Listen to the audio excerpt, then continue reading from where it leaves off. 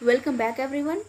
तो आज हम पढ़ने वाले हमारे रस शास्त्र के अंतर्गत आने वाले एक बहुत ही सुप्रसिद्ध और बहुत ही महान रस शास्त्र आचार्य व्याडी के बारे में।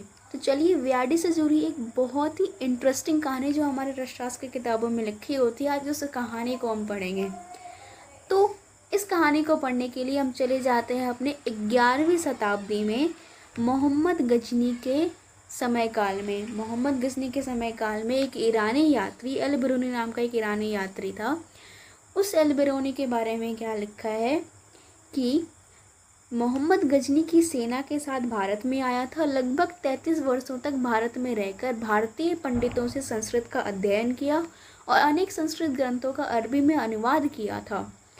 अपनी उसी यात्रा रिपोर्ट को पुस्तक में क्रमबद्ध लिखा था उसने। व्याडी रस आचार्य को उसकी रस सिद्धि क्रिया के लिए विस्तृत विवेचन किया गया है। मतलब ये कि मोहम्मद गजनी की ड्यूरेशन में एक ईरानी यात्री अल बिरूनी आए थे। उन्होंने संस्कृत का अध्ययन किया और अपनी यात्रा के दौरान उन्होंने रस शास्त्र का जो भी वर्णन किया है वो अपनी एक पुस्तक में किया।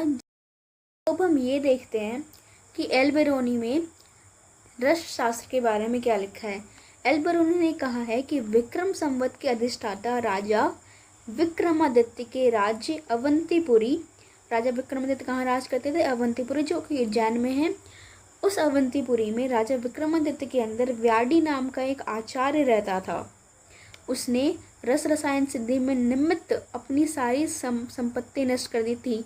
भाई, वो आचार्य अपने रस शास्त्र की कुशलता बढ़ाने के लिए उसने अपनी सारी संपत्ति नष्ट कर दी थी, फिर भी उसे कुछ लाभ नहीं हुआ। अंततोगत्वा इस क्रिया के से उबकर शोकोद्विग्न होकर अपने पुस्तकें बेसत संस्कार व्यवस्था पत्र लेकर शिप्रा नदी के किनारे आकर पुस्तक के पन्ने फाड़ फाड़ कर नदी में बहाने लगा।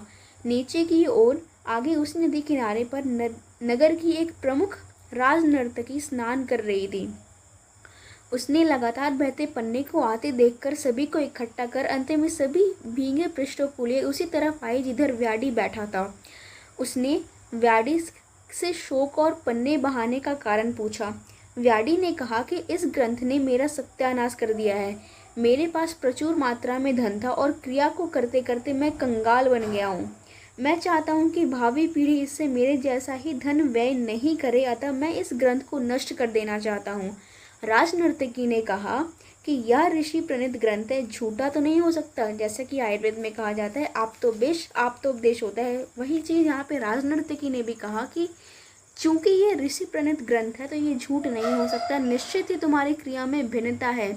जिस कार्य में तुमने जीवन का बड़ा अंश लगाया है उसे धन अभाव के कारण छोड़ो नहीं। मेरे पास बहुत सारे धन है और तुम अपने कार्य को आगे बढ़ाने के लिए इसका उपयोग करो। इस पर व्याडी ने पुनः अपना कार्य शुरू कर दिया। एक्चुअली हो ये रहा था कि व्याडी एक फॉर्मुलेशन बना रहे थे, वो फॉर्मुलेशन वो बनाने में असफल हो जा रहे थे, तो उस चीज़ों का वर्णन यहाँ पूरे में किया गया है। अब देखते हैं आगे क्या होता है जब वो दोबारा अपना फॉर्मुलेशन बनाना शुरू करते हैं। व्याडी की पुस्तक पहेली रूप में लिखी थी, अतः व्यवस्था में भूल हो गई। उसमें रक्तमान लिखा था जिसका अर्थ उसे लाल आमलक लगाया था, पर कोई असफलता नहीं मिली थी।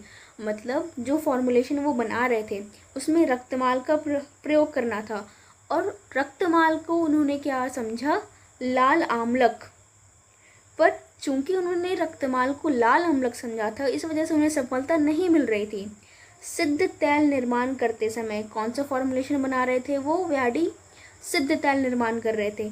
सिद्ध तैल निर्माण करते समय अग्नि की लपट से उसका ललाट जल गया था, जिस पर उसने तैल चुपड़ लिया था। एक दिन बाद व्याडी अपनी झोपड़ी में बैठा था और बाहर तैल सिद्ध हो रहा था। मतलब जहाँ भी वो बना रहे थे, सपोज यहाँ पे वो उनका घर था, यहाँ पे वो बैठे थे और बाहर वो तेल का निर्माण कर रहे थे और वो अंदर बैठे थे। तो जिस पर वो अपनी झोपड़ी में बैठा था और बाहर तैल सिद्ध हो रहा था। तैल पाक सिद्ध की गंध से व्याडी जल्दी से अपनी झोपड़ी से खड़ा हुआ कि झोपड़ी की नुकीली बाँस उसके जले हुए ललाट पर पुनः लगा और रक्त बहने लगा। व्याडी ने जल्दी से झुककर तेल को जलाया और उसी बीच उसके ललाट से श्रावित रक्त की अनेक बूंदें उस तेल में गिर चुकी थी। हुआ ये कि जब वो अंदर कमरे में बैठे थे तो उन्हें बाहर से जो वो तेल बना रहे थे उसकी थोड़ी फ्रेगनेंस आई, तो वो जल्दी से भाग के गए कमरे से, कहीं उनका तेल जल ना जाए, कुछ हो ना जाए। तो जब वो जा रहे थे तो उन्हें चोट लग गई और रक्त बहने लगा और वही रक्त उसमें गिर गया। फिर व्याडी ने अपनी पत्नी की सहायता से तेल पात्र उतारा और तेल छानकर पात्र में भरा और शेष सिद्ध तेल को अपने शरीर में दोनों ओर से दोनों ने चुपड़ लिया। तेल लगाने मात्र से व्याधी दंपति आकाश में उड़ने लग गए। शहर के सभी लोग इस दृश्य को देखने के लिए एकत्र हो गए। महाराज विक्रमादित्य ने भी अपने प्रसाद से बाहर आकर चौक में इस दृश्य को देखा। तभी व्याडी ने राजा से कहा, हे राजा, तुम अपना मुख खोलो, मैं थूकूंगा। राजा को इस बात से घृणा हुई और उसने अपना मुख नहीं खोला और अंदर अपने प्रसाद में चला गया। व्याडी का मुख थूक से भर चुका था और उसने राजद्वार पर थूक दिया। थूकते ही वह स्थान सोने में परिणत हो गया। संभवतः व्याडी राजा के मुंह में थूककर उस राजा को अजर अमर बना देना चाहो, पर विधि विधान से यह कार्य सुकृत नहीं था। व्याडी और उसकी पत्नी जहाँ चाहते उड़कर चले जाते थे। उन्होंने इस विद्या पर प्रसिद्ध पुस्तक लिखी है और लोग कहते हैं कि वे दंपति अभी तक जीवित है। तो एल बेरोनी में जो ईरानी यात्री द्वारा लिखित एक पुस्तक, उसमें व्याडी की एक कहानी वर्णित है। कहानी यही थी कि उसने सिद्ध तेल का निर्माण किया पर वो असफल हो गए। फिर उसने दोबारा प्रयास किया और जब उसमें रक्तमाल यानी कि उसके शरीर का रक्त का कुछ अंश गिर गया तो वो सिद्ध तेल एक्चुअली में सिद्ध हो गया और फाइनली वो निर्माण हो गया। और जिस वजह से वो आकाश में उस तेल के सेवन से, उस तेल के को शरीर में अप्लाई करने से वो आकाश में उड़ने लग गए थे। तो ये एक रस सिद्धि थी। इसके अलावा एल बेरोनी ने अपनी पुस्तक में और भी रसायन और रस विद्या के चमत्कार की और अनेक कहानियाँ दी हैं, जिसमें धार के राजभवन के द्वारा चांदी के टुकड़े की कहानी है, राजा बल्लभ और रंक नामक फल विक्रेता की कथा है। ऐसी बहुत सारी कथाएं हैं एल बेरोनी के अंतर्गत, पर हमें जो एक कहानी पढ़नी थी व्याडी की, वो यही थी कि उन्होंने रस सिद्ध तेल का निर्माण करा था। सिद्ध तेल के निर्माण में जब वो सफल हो गए तो उन्होंने राजमहल पे थूका, जिससे वो सोने में परिणत हो गया। So the moral of the story is रस शास्त्र बहुत ही चमत्कारी है गाइस, बहुत ही चमत्कारी।